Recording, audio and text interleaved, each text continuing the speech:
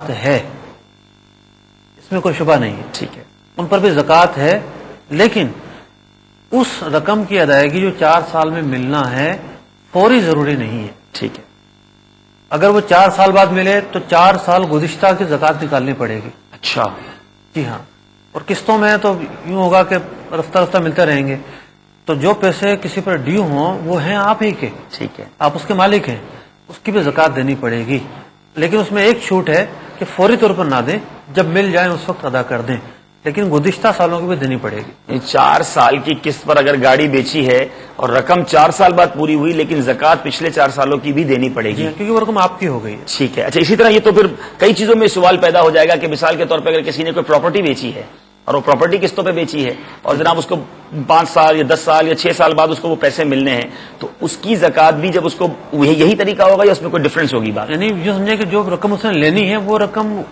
وہ اپنے اکاؤنٹ میں لکھے گا، ٹھیک ہے، کہ میں نے لوگوں سے یہ رقم لینی ہے، وہ رقم اس کی ہے، اس رقم پر بلا شبہ زکوٰۃ ہے۔ اچھا، لیکن اتنی چھوٹ ہے کہ فوراً نہ دے، جب مل جائے اس وقت دے دے۔ یہ تو اب کئی چیزوں میں آگے ہمارا بعض اوقات ہمارا کسی سے لینا دینا ہوتا ہے، وہ کافی عرصے سے دے نہیں رہا ہوتا ہے، لمبا ٹائم مانگ لیتا ہے، تو بندہ کہتا ہے ابھی میرے پاس آیا تھوڑی ہے کہ مجھ پر زکوٰۃ ہوگی، لیکن آپ نے یہ بڑی اچھی رہنمائی کی کہ پیسے اسی کے ہیں اور اس کو زکوٰۃ ادا کرنی ہوگی۔ اچھا، یہاں ایک اور بڑا کامن سوال ہے جی، کہ ان ٹرکوں پر زکوٰۃ ہے یا نہیں؟ ہاں، یہ تو کافی مہنگے ٹرک ہوتے ہیں، 40 لاکھ جی، 50 لاکھ کے ٹرک ہیں۔ ایک مرتبہ مجھے ایک اسلامیہ ملے، ان کی بھینسیں تھیں، ہاں، دودھ مطلب کہ کا کام تھا، بڑے پریشان کہ بھائی زکوٰۃ ان پر ہے یا نہیں ہے، بتائیں آپ۔ میں نے کہا ان پر تو زکوٰۃ نہیں ہے۔ ٹھیک ہے، بڑے حیران ہوئے کہ نہیں ہے۔ میں نے کہا بھائی ان مویشیوں پر زکوٰۃ ہے کہ جو فری کا چارہ کھاتی ہیں، جنگلوں میں چلی جاتی ہیں اور چارہ کھاتی ہیں، آپ لوگوں نے باڑے بنائے ہوئے، باڑے بنا کر جو ہے وہ آپ چارہ کھلا رہے ہیں، ان پر زکوٰۃ نہیں ہے۔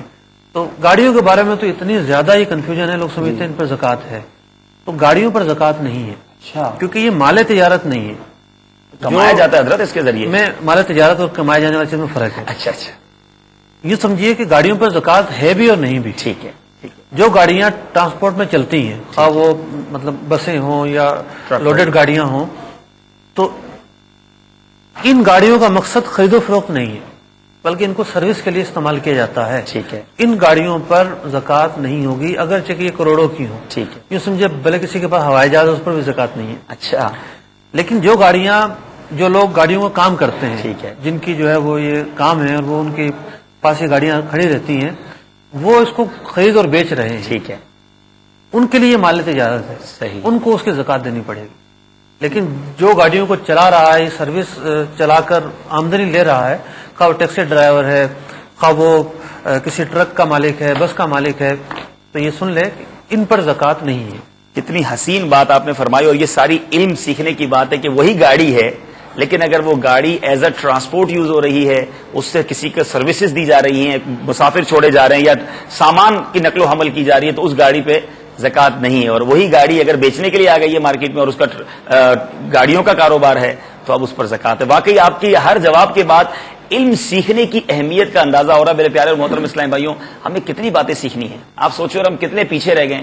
بہت ساری باتیں ہمیں معلوم کرنی چاہیے تھی اور ہم نہیں کرتے، اور اگر جو ٹرانسپورٹ کا کاروبار کرتے ہیں، جو اس طرح کے معاملات میں انوالو رہتے ہیں، انہیں تو سب چیزیں سیکھنا ضروری تھی۔ تو حضور یہ بتائیں کہ احساس تو ہوتا ہے کہ علم سیکھنا چاہیے، لیکن کہاں تک سیکھنا چاہیے؟ مطلب اگر کپڑے کا کاروبار ہے، اگر کسی کا داغے کا کاروبار ہے، کسی کا ٹرانسپورٹ کا کاروبار ہے، تو کیا اس کو باقاعدہ 2-4 سال کا کوئی جامعہ میں آ کے کورس کرنا پڑے گا، دارالفتہ سے آ کے کچھ سیکھنا پڑے گا؟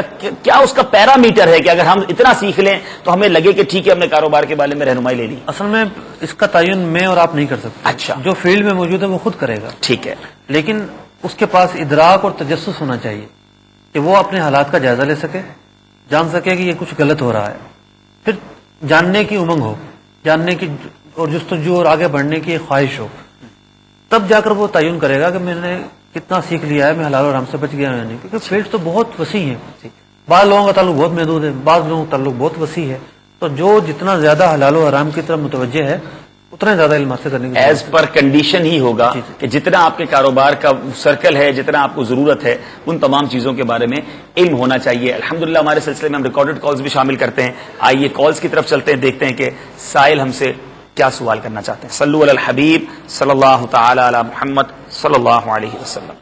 میں خالد اتاری اور غلام محمد سے بات کر رہا ہوں. سوال یہ تھا کہ اکثر جیسے ہم سفر کرتے ہیں تو کرایہ اگر ایک اسٹاپ سے دوسرے اسٹاپ تک کا 50 روپے اگر کرایہ ہوتا ہے نا تو ہم کنیکٹر سے بات کر کے کسی اسٹوڈنٹ ہے یا کوئی اور کچھ بھی کہہ کر اس سے 40 روپے کروا لیتے ہیں. وہ کب بزنس بس ہوتی ہے اس کے بعد وہ راضی ہو جاتا ہے 40 روپے میں. تو یہ کیا ہمارے جائز ہوگا یا نہیں ہوگا؟